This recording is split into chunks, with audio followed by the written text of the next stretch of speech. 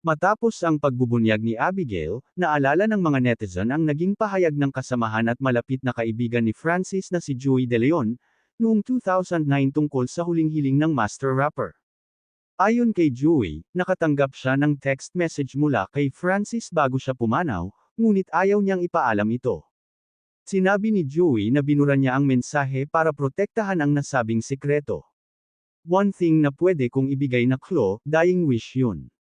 Hintayin lang muna nating hamupa ang sitwasyon, sasabihin ko rin kung ano yung text message niya sa akin, ayon sa TV host.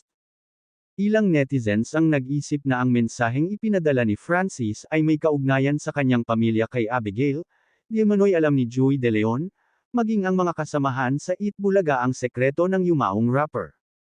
Pinagpipistahan ngayon sa social media ang paglantad ni Abigail Rate at ng kanyang 15-year-old daughter na si Cheska. Si Abigail ang babaeng nagpakilalang dating karelasyon ng yumaong rapper, aktor, at TV host na si Francis Magalona. Si Gail Francesca, na may palayaw na Cheska, ang bunga ng kanilang inilihim sa publiko na pagmamahalan. Sa vlog na Pinoy Pawn Stars na lumabas ngayong Martes, October 17, 2023, inilahad ni Abigail na nanahimik sila ng kanyang anak sa loob ng 15 taon.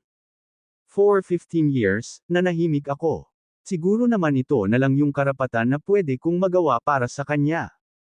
Hindi naman ako nagsalita, I know people will judge me but we exist. What we had is real, bahagi ng pahayag ni Abigail sa vlog habang ibinebenta niya ang ilan sa mga memorabilia ni Francis na nagpapatunay ng kanilang relasyon.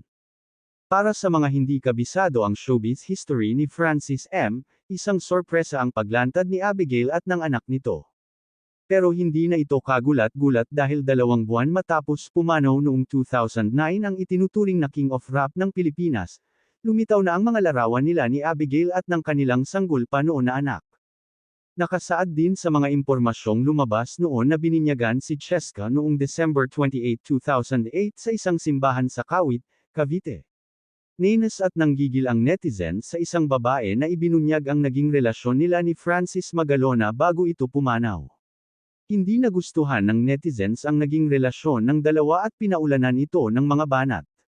Sa ngayon ay wala pang anong reaksyon ang pamilya, maging ang asawa at nga anak ni Francis M.